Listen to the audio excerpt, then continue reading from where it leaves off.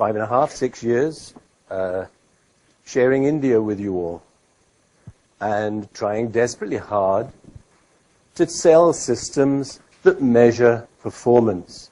Let's go to this wonderful word, measure, because how many companies that are here actually measure their performance properly? How many companies are using sophisticated systems to know where they are at? If you're not doing that, you can't do this. So unless the times are right, unless the methods are right, you can't do it. What motivates people? Other than the opposite sex. You know, we train lots of IE guys, and honestly, their imagination is zero. But when they're walking behind a beautiful woman in the road, their imagination starts to work. How's yours? So you look at your children and how they're playing with a shoebox.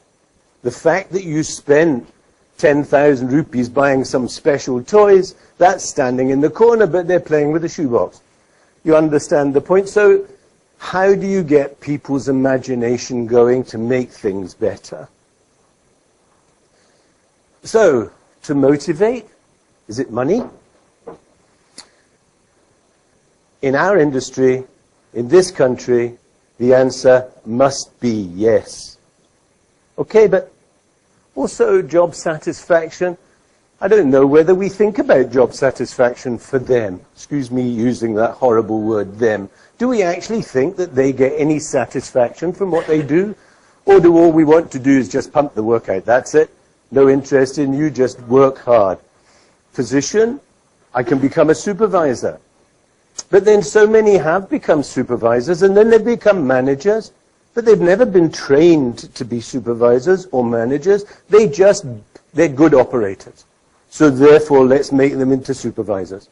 And they're good supervisors, so let's make them into managers. What Paul was saying about training, you just can't train enough, really, I don't think. Or is it recognition? Let me tell you about an incentive scheme running in Germany for operators on production lines. The MD, at the end of the month, used to give 1 red rose to the best performer on that line and shake that girl's hand and say, hey, well done. And initially they thought, I don't come here for red roses. I actually come here to earn money. Okay, but actually it became an honor to win a rose. So what do we do about recognizing good performers in our industry or in your factory or in your lines? What happens to make them motivated? Maybe recognition is part of it. We also, in a factory in Africa, we actually gave them mealie meal. That was the prize for the best line. But they came back to me, the operators came back to me and said, hey, we want a prize for our supervisor. Can you believe that? The line said, we want a prize for our supervisor because our supervisor helps us to get this. So we gave a prize to the best supervisor on the line. And do you know what? They all stood up and clapped her. That is fantastic. You know, building a nice atmosphere in the factory. So, motivation gurus. This is a guy that writes lots of books. His name is Dan Pink. He's a motivational expert. And the sound's not working, damn it. Can we make the sound work? Have I got this on silent? I'm sure not. Can I just stop? Sorry. Oh my God. It's me. As usual. And let's put it louder a bit. Okay, so let's go back there now.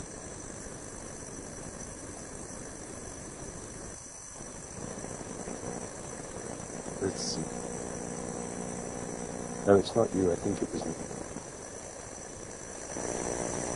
All motivations are unbelievably interesting. I mean, I've been working on this for a few years, and I just find the topic still so amazingly engaging and interesting. So I want to tell you about that. The science is really surprising.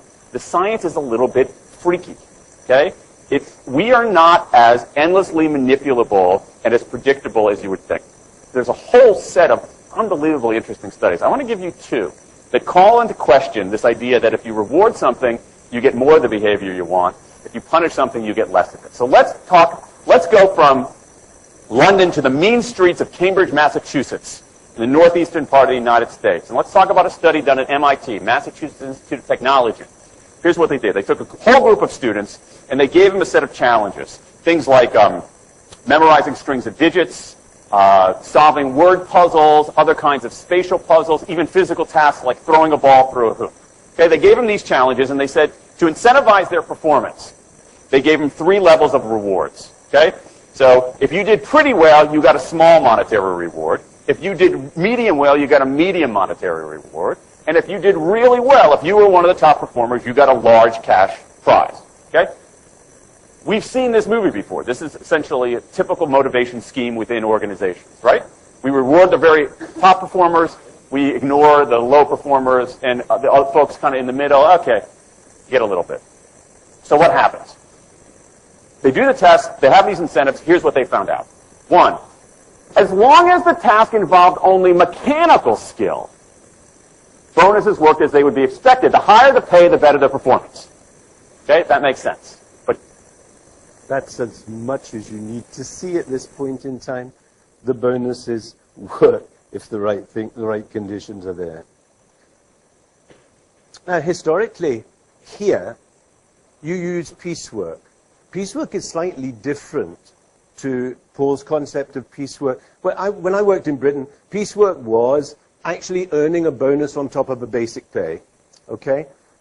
Here, though, the straight piecework doesn't earn a basic pay. They just get paid by piece. Isn't that correct? Yeah? Okay. So it's been there for years. An easy way to manage a factory. Just negotiate a rate and pay that rate and leave them to do the work. So there were a pool of fantastically skilled operators, very highly skilled, that could do multiple operations quite fast. They didn't work for you, they worked for me. They worked for them, if you understand what I mean. So if you've got plenty of work to give them, they're there. So no obligations from the employer. Life's easy. I'm just going to make the profits. Wow. If there's no work, there's no employees. So there's no cost involved. So virtually no supervision needed because they supervise themselves. They do the job. They want the money. They want the money. 3 systems were working. 1 person making the whole garment. A group of people making the whole garment.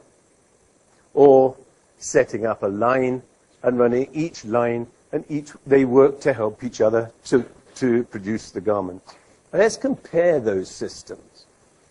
Okay, a study was done, and actually the average extra minutes involved in this study was that there was 11.5% increase in costs in just piecework workers. So rather than being on a line and setting up the way that you normally now do, piecework is actually more expensive. The cost per piece depends on the work content. If you've got a system of standard minutes, then you can set that. Otherwise, all you did was negotiate. It depends on the present labor demand. Now there's hundreds of people coming, but I haven't got any work. When everybody else has got work, you've got no people coming. So the operators, we can make operators focus on quality if they're working for us. If you've got a piece worker, he's interested in the money. He wants to be paid for every piece he makes. Okay? What's his concern about quality? I mean, we know of several factories that send stuff out to CMT, it comes back, and they have to have a whole team of people cutting threads off. Or another whole team of people doing the repairs from these guys, and you pay them. Wow, wonderful life, huh? Attrition rate. If you've got them on salary, they feel steady, they feel secure, and hopefully the attrition rate is lower. If they're just piece workers, they're going to go wherever the work is. So you don't know your capacity if you're working piecework.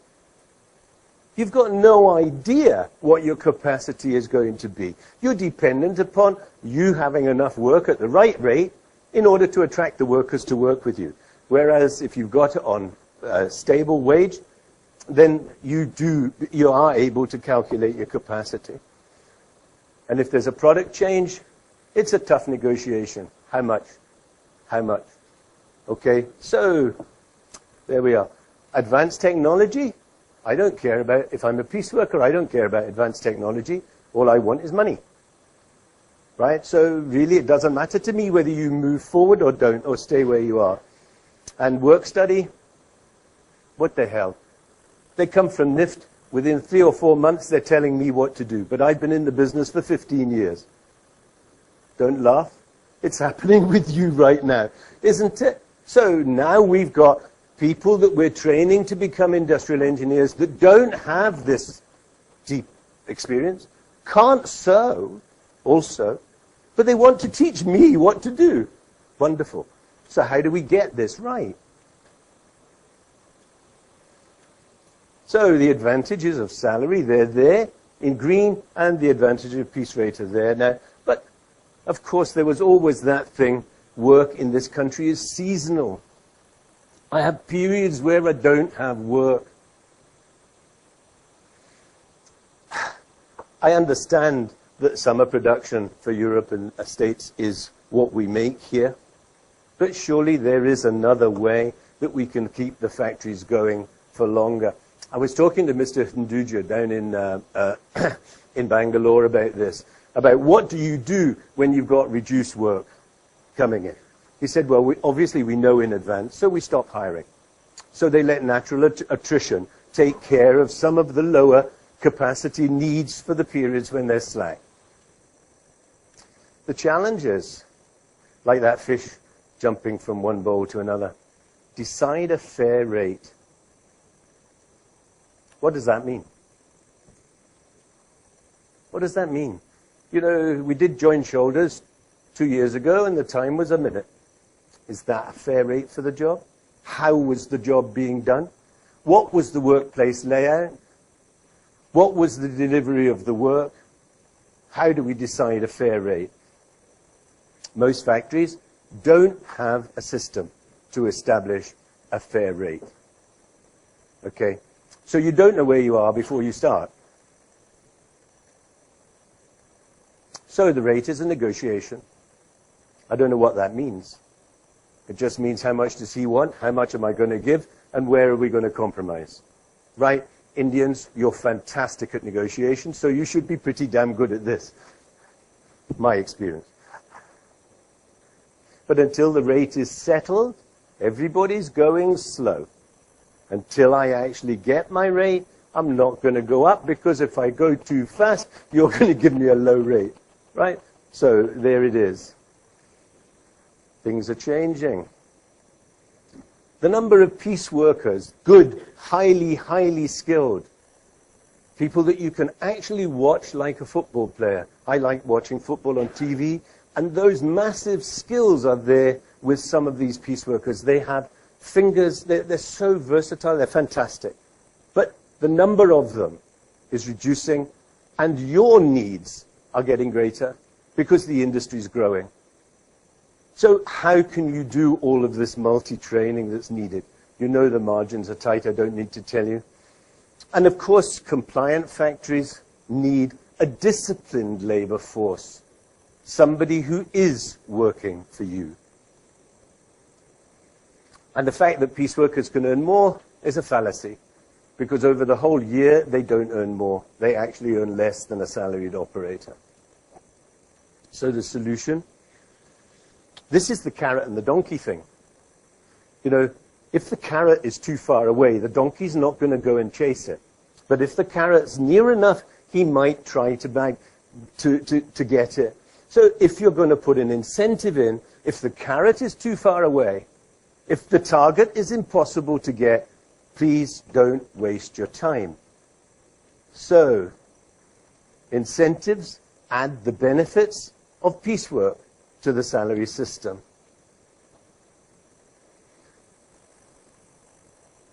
So you can focus on quality and quantity, increase capacity, increase your efficiency, and reduce your costs. And from the operator's point of view, they've got the opportunity to earn more money.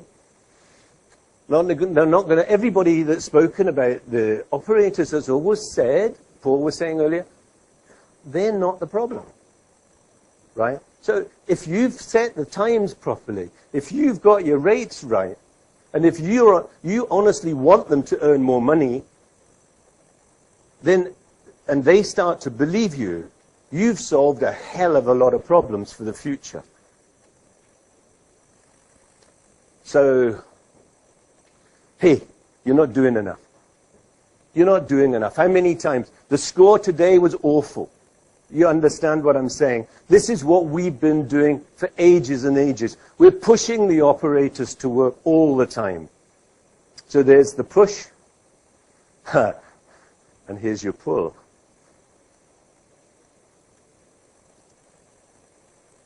A motivated workforce will demand more from management. I want work. They want you to plan better. Because the line balancing, we've talked about line balancing. My God, if you're not measuring the operations properly, how can you line balance? I mean, we've seen sophisticated systems measuring the differences between operations. But how about the measuring of the difference between the operators, even if you've got the time right? None of you work at the same speed. You watch children going to school. Some children walk quite fast when they're going to school. They're okay. And there's others that are behind their mums and dads and they're walking like this. You know, people are not the same. So we can't keep expecting the same from them. So now you've got different times and different people doing the same time. Okay? But we've still got to motivate them. Managers, supervisors, and mechanics are going to have to spend more time making sure that their service to the operators is as quick as possible. We've been in factories, since I've been here, I've been in factories where an operator waits 20 minutes for a needle. Right? If an operator waits 2 minutes for a needle, it's too much. You know, how the devil can you get people production orientated when the needle breaks and I've got to sit and wait? Okay. So, prerequisites. What do you need to do? First of all, good methods and fair, and I keep on stressing it, fair times. We don't want their money. We want them to earn the money. So don't go tight on times. Foolproof tracking. How much did they do? How much can they earn? If you don't track what they're doing, you can't pay them. Easy to understand and fair to everybody. Mutual agreement. They've got to understand the system. They've got to understand what you want to do and how you want to do it. No limits. Earn as much as you like. Be as good as you can. Right? If I've set the rate wrong on this job, then that's it. We'll stay there. Don't, for goodness sake, start changing rates in the middle of a style. Because the moment you do that, you've lost all the trust under the sun. So you've got to get it as near to right first time as possible. Supervisors must also be included. IEs must be included. Helpers must be included in the system. And the carrot has got to be good enough to be worthwhile going for. And of course, that work in progress level, we try to solve that problem while we're talking about setting the incentive. So, the suggestions for it. You all do this, attendance bonus. I don't think many of you have heard of a jump start bonus because that's a concept we're working with. Individual. So some of the bonus is paid individually and some of the bonus is paid as a result of the group. So attendance.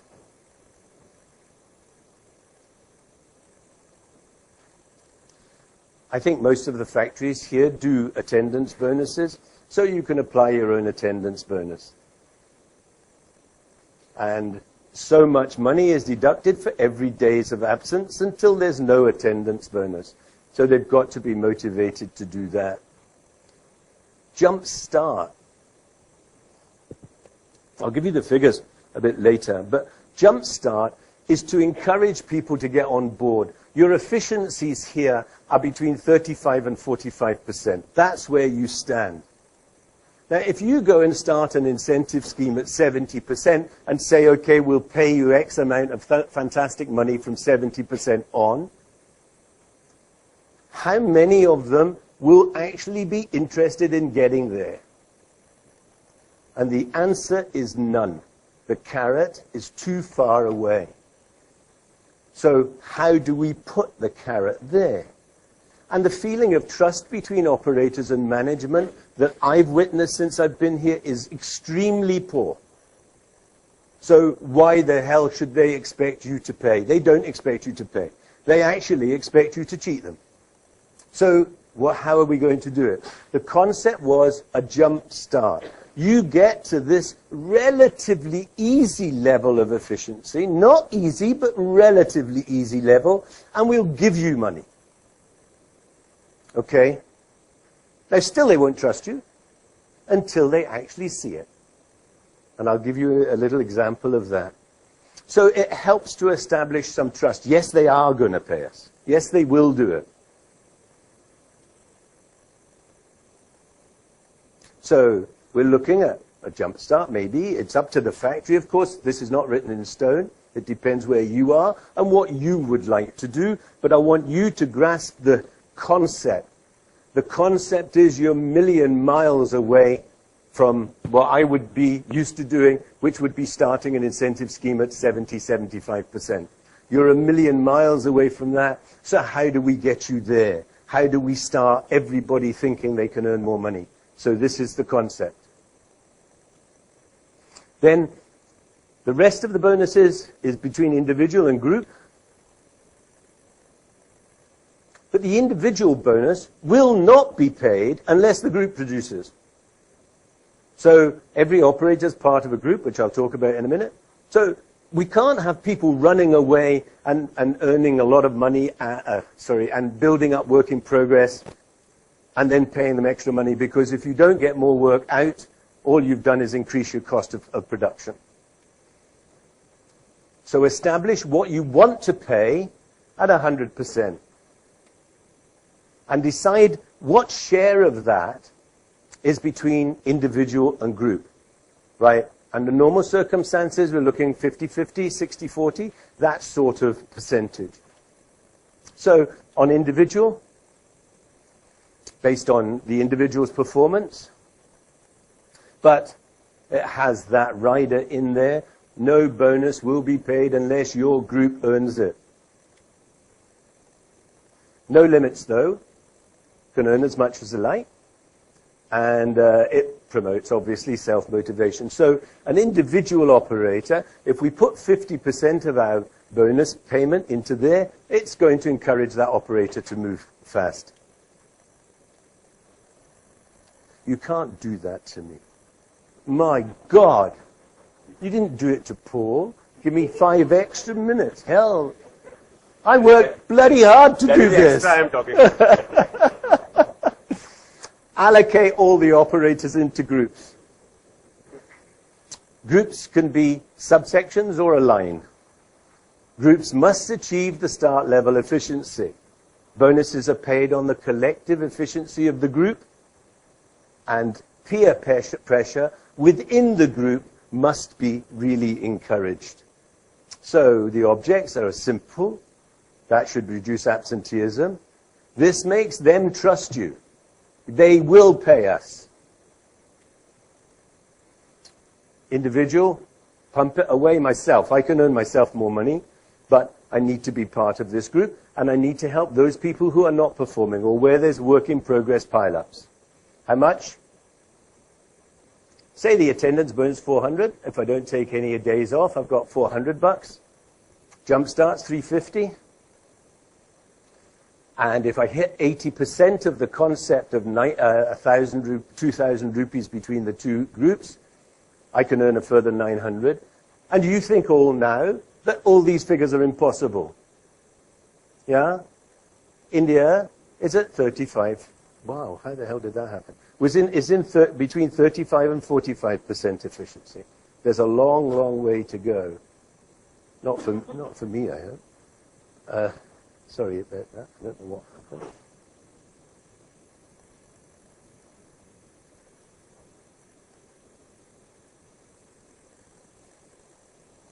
So operators can take home a lot more money than they earn currently. So on a base of 6,000 rupees paid, no bonus below 50%. Nothing is paid out unless you hit that jump start. There's the jump start, 50%, and the bonus increases as the efficiency increases. Now, that's what the company gets.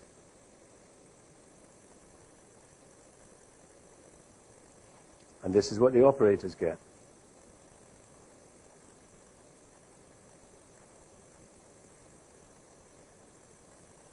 And so that's a win-win situation. So if you can put yourself into a win-win situation, that's a good thing. So everybody should be able to earn more money. The operators, the helpers, the other helpers, supervisors, IEs, QCs, and you, the company owners. People who do not have tickets, in our case, tickets, in where you've got lead tech, they're running off that system, so it's similar. Earning is dependent upon performance of the group with whom they work. And this is the same for supervisors. Supervisors get a bonus paid on group efficiency. Ethical standards, first step. Best methods. Explain the benefits. We have a whole slideshow. Every operator in that factory is going to have at least half an hour to an hour's tuition on what the system is and how it affects them. You must have a secure monitoring system. We must encourage the slow performers, and we must publicize the best performers. So-and-so earned $2,000 this week. And set it up on a trial basis for 3 months, just in case you've made any mistakes. The benefits.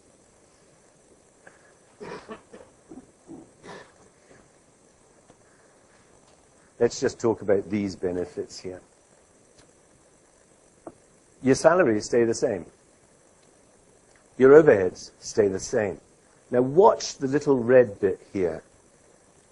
That's how much extra the operators would earn on this is for a 500 machinist factory, I think, up to 2,000 bonus per person. That's on individual and group.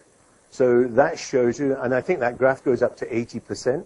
So that's the increased amount of money that you will spend, just the little red bit. And that's what the company earns. And those proportions are the same. We're looking at 7 to 1, maybe even 8 to 1, dependent upon your cost structure. But so a good and well-designed incentive scheme can earn you much more money and the operators more money as well. So everybody wins. Sorry, I'm advertising now, but I want you to know SMV will set the times. ProMan, lead tech, will control the operator's performance. We've written an incentive scheme to do all the calculations, so you don't need to do any calculations. It's automatically in the system, and there's a report that says how much you earn today, how much you've earned so far this month, and how much you will earn if you continue to work like that until the end of the month. We can tell the operators, we can set it up on SMS, and we can actually SMS the operators as well and tell them after working hours, of course. Integrate your attendance system. You know the fingerprint system? We can integrate that into the system so that attendance is automatically coped with. We can integrate your wages system into the system as well, so all the incentives are straight there. It's seamless and foolproof. Just a quick example. The last year's performance This company actually doesn't make garments. It makes massive surf kites and really exciting sports stuff. Okay? But the last year's average was 1,000 pieces or less. We put the incentive in 4 months ago. The startup, 12% of the people were hitting the jump start at the beginning of the first month. By the end of the first month, 84% of the operators were earning the jump start level. So in 1 month that happened, and productivity increased by that much. Now, this is what's happened in the last few months there. So month 1, there was a 40% increase in productivity. Month 2, 42%. Month 3, 61%. They started to believe. They really started to believe. And month 4, 70% has been achieved. That's this month. That's actually September. So those figures, it's just an astounding thing. That's motivating the operators. So is, in properly designed incentive scheme, the way for the future? Thank you very much. I'm